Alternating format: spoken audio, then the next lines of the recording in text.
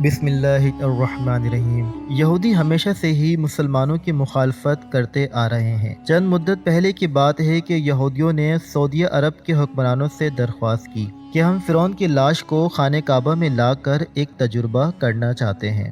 سعودیہ کے حکمرانوں نے اللہ تعالیٰ پر یقین رکھتے ہوئے یہودیوں کو تجربہ کرنے کی اجازت دے دی۔ یہودیوں کے دل میں یہ بات چل رہی تھی کہ ہم فرعون کی لاش کو مکے میں لے کر جائیں گے اور یہ ثابت کر دیں گے کہ یہ وہ فرعون نہیں ہے جس کا ذکر مسلمانوں کی مقدس کتاب میں کیا گیا ہے۔ ناظرین گرامی، 1891 سے پہلے یہ کوئی نہیں جانتا تھا کہ جس فرعون کا ذکر اللہ نے قرآن پاک میں کیا ہے کہ اس کی لاش آخر کہاں ہے، بلکہ بعض غیر مسلم تو قرآن کی ان آیاتوں کو بھی جھٹلاتے تھے کہ جن میں اللہ پاک نے یہ ذکر کیا کہ فرعون کی لاش کو نشان عبرت بنانے کے لیے محفوظ کیا جائے گا۔ 1891 تک کسی ایسی لاش کا نام و نشان لوگوں کو نہ پتا تھا۔ فرعون کا قصہ تھا بھی یا نہیں۔ توریت، زبور اور قرآن پاک میں فرعون کا ذکر واضح طور پر ملتا ہے۔ بنی اسرائیل کے لوگوں کو حضرت موسیٰ علیہ السلام نے ایک اللہ کو ماننے کا حکم دیا تو فرعون اور اس کی قوم حضرت موسیٰ علیہ السلام کو شہید کرنے کی غرض سے ان کا پیچھا کرتی ہوئی ایک سمندر سے گزری۔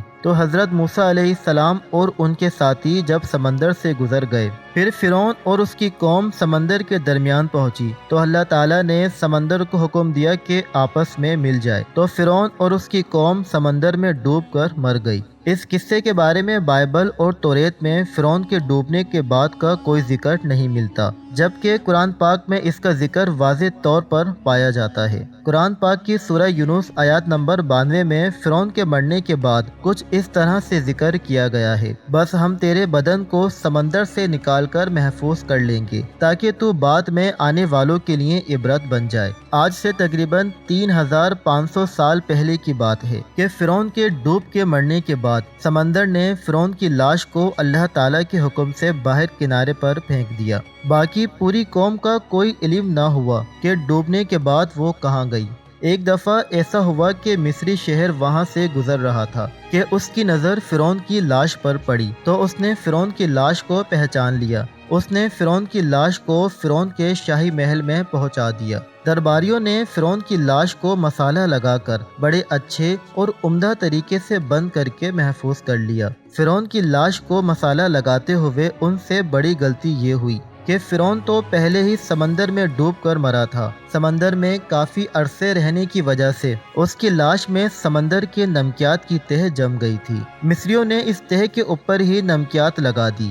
وقت گزرنے کے ساتھ ساتھ یہ لاش نامعلوم ہو گئی۔ اس کے بعد فرعون کا نام صرف کہانیوں اور لوگوں کی زبان پر رہ گیا۔ اس واقعے کے 2000 سال گزرنے کے بعد حضرت محمد صلی اللہ علیہ وآلہ وسلم کی ولادت ہوئی تو اللہ تعالیٰ نے اپنے آخری نبی صلی اللہ علیہ وآلہ وسلم پر قرآن پاک نازل فرمایا۔ قرآن پاک میں واضح طور پر فرعونوں کے ذکر ملتے ہیں۔ قرآن پاک میں فرعون کی لاش کو محفوظ کرنے کا ذکر بھی واضح طور پر ملتا ہے۔ یہ لوگ یہ سمجھتے تھے کہ فرعون خدائی کا دعویٰ کرنے والے کی لاش کا نام و نشان کس طرح رہ سکتا ہے۔ 1871 میں مصر کے ایک شہر الگونیا سے تعلق رکھنے والے ایک عام سے چور کو فرعون کی لاش تک پہنچنے میں سراغ مل گیا، جس کا نام احمد عبد الرسول تھا۔ وہ سمندر کے ارد گرد کے علاقوں سے چوریاں کر کے اپنا پیٹ پالتا تھا۔ ایک دن وہ دریا نیل کے قریب تسبیہ کے مقام پر چوری کے سلسلے میں پھر رہا تھا کہ اسے اچانک ایک سرنگ نظر آئی۔ وہ وہاں زمین کھود رہا تھا۔ وہاں کے لوگوں نے احمد عبد الرسول کو پولیس کے حوالے کر دیا۔ وہ جہاں زمین کو کھود رہا تھا وہاں سے 1891 میں دوسری لاشوں کے ساتھ فرعون کی لاش بھی مل گئی۔ فرعون کے کفن پر فرعون کا نام درج کیا ہوا تھا۔ ان لاشوں کو ماہرین قاہرہ لے گئے۔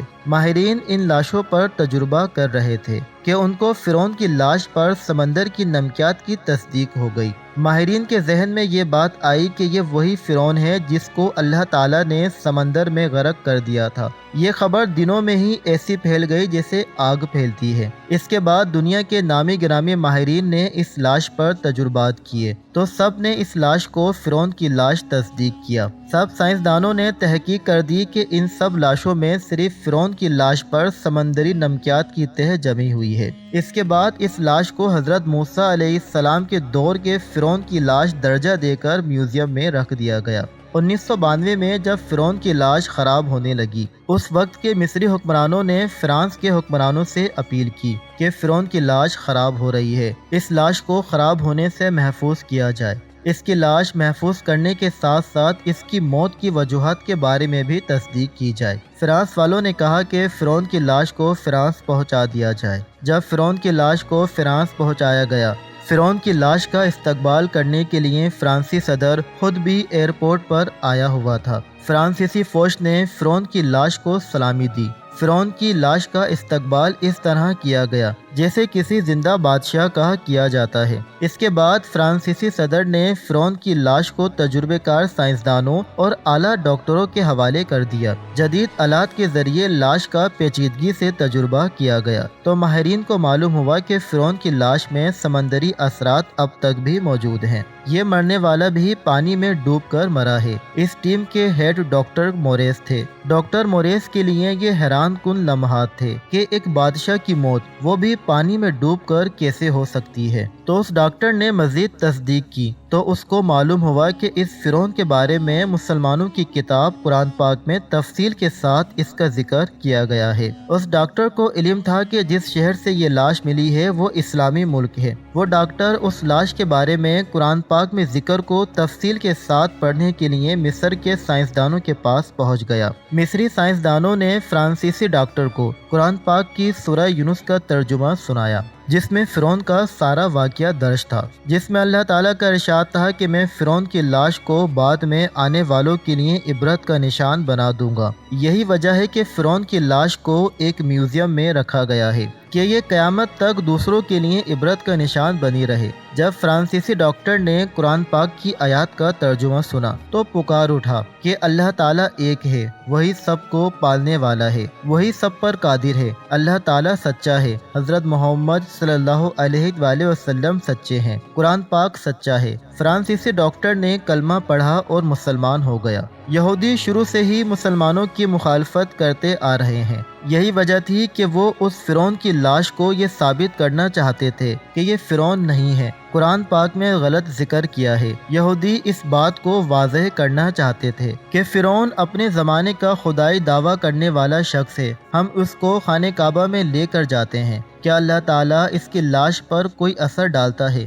اس لاش کو خانہ کعبہ میں داخل ہونے دیتا ہے کہ نہیں؟ خیر وہ تو یہ کام نہ کر سکتے تھے، پر یہودیوں کے اس دعوے کو نفی کے لیے مصری حکومت نے خود سعودی حکومت سے فرعون کی لاش کو حرم شریف میں لے جانے کی اجازت مانگی، جسے کچھ مشروط شرائط سے مان لیا گیا۔ فرعون کی لاش کو ایک جنازے کی صورت میں خانہ کعبہ میں لے جایا گیا۔ انہوں نے جیسے ہی لاش کو خانہ کعبہ میں رکھا تو لاش پر بے شمار چونٹیاں جمع ہو گئیں۔ فرعون کی لاش کا یہ حال دیکھ کر سب لوگ حیران ہو گئے، جس کے بعد فرعون کی چوٹیوں والی تصویریں بھی سعودی جریدے میں شائع کی گئیں۔ حیرانگی کی بات تو اس اخبار میں یہ لکھی گئی کہ جیسے ہی لاش حرم شریف کے احاطے سے باہر لے جائی گئی تو چوٹیاں پر اصرار طور پر غائب ہو گئیں۔ لیکن یہ بات یاد رہے، اس بات کی تصدیق آج تک سعودی حکام میں سے کسی نے نہیں کی ہے۔ یہ بات صرف اخبارات کی سرخیاں تک ہی محدود رہی ہے۔